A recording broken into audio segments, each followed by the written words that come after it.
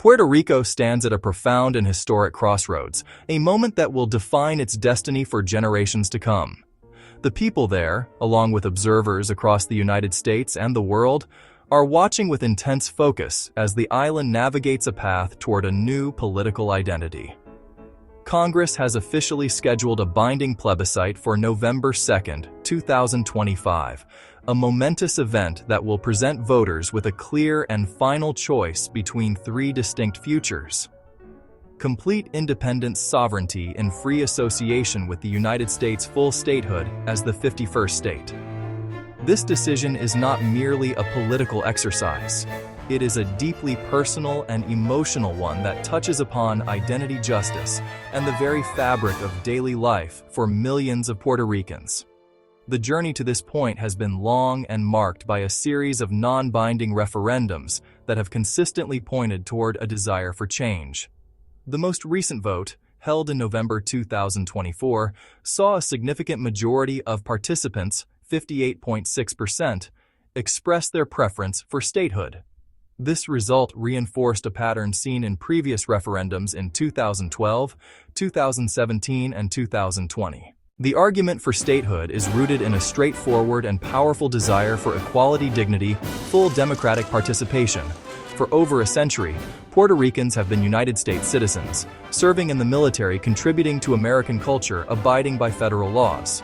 Yet, they are denied the most fundamental right of a citizen: the ability to vote for the president and voting representation in the Congress that governs their lives. Statehood would immediately rectify this democratic deficit, granting Puerto Rico 2 senators, a slate of representatives in the House. This would transform the island from a passive subject of federal policy into an active participant in the nation's legislative process, ensuring its voice is heard on critical issues: healthcare reform, environmental protection.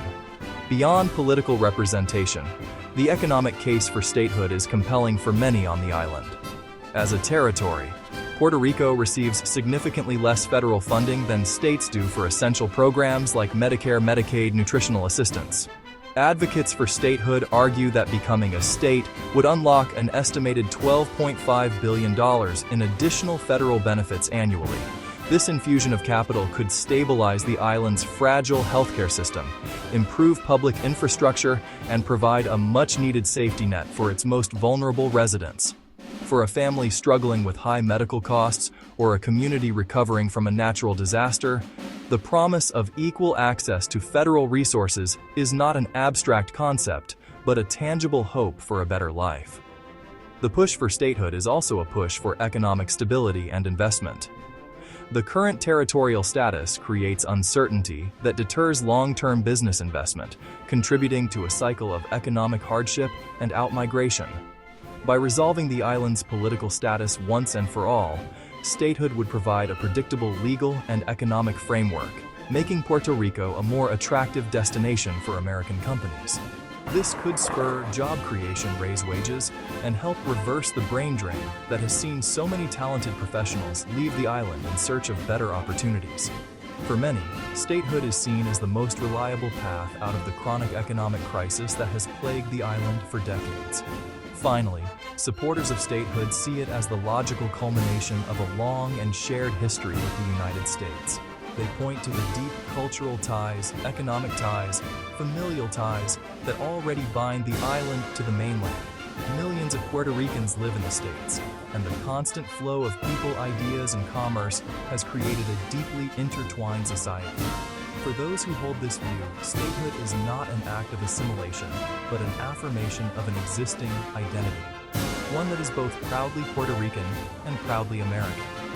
The repeated victories for the statehood option in recent referendums, culminating in the election of a pro-statehood governor and legislature, signal that a majority of voters see their future as one of full and equal partnership within the United States. While statehood offers a vision of equality within the United States, the call for independence presents an equally powerful vision of sovereignty, self-determination, cultural renaissance.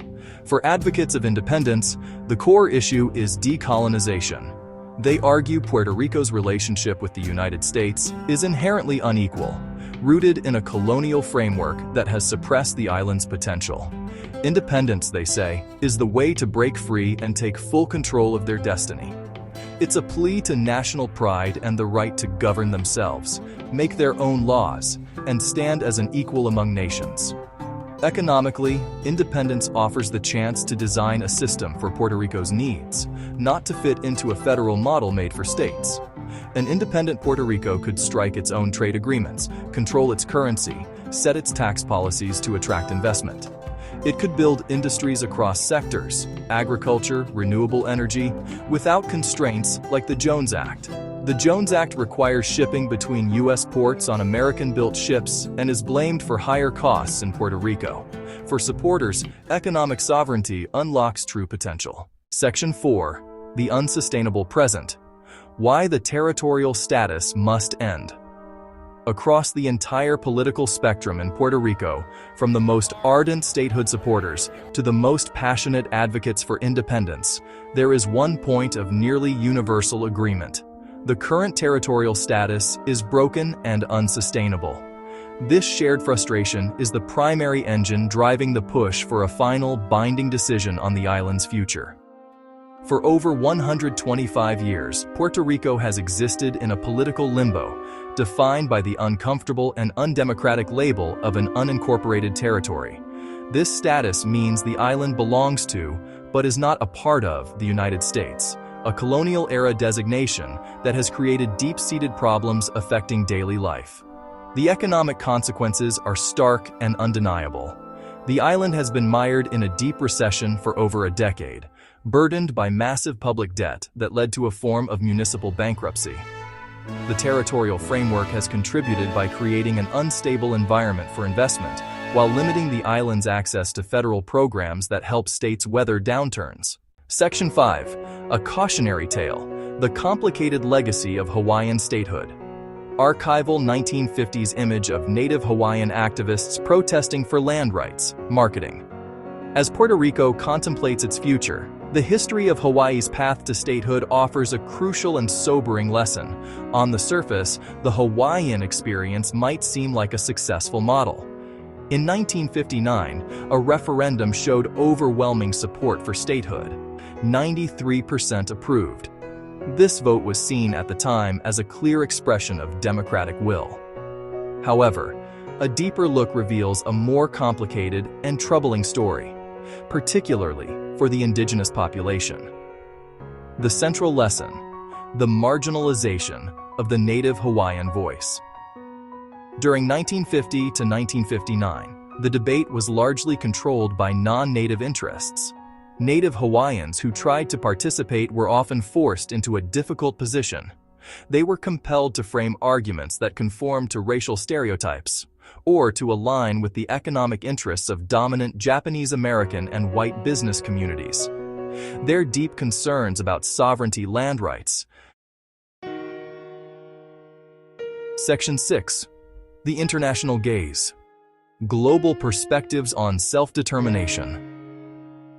Puerto Rico's quest for a new political status is not unfolding in a vacuum. It is being closely watched by the international community with well-established principles on decolonization and the right to self-determination. For decades, the United Nations has said colonialism contradicts its charter and has overseen decolonization of more than 80 former colonies. This global context adds complexity and legitimacy to the Puerto Rico debate. Many international observers see the island's territorial status as a remnant of colonialism and say it must be resolved under international law. The UN Decolonization Committee has repeatedly taken up Puerto Rico's case, passing resolutions that affirm the people's right to self-determination and independence.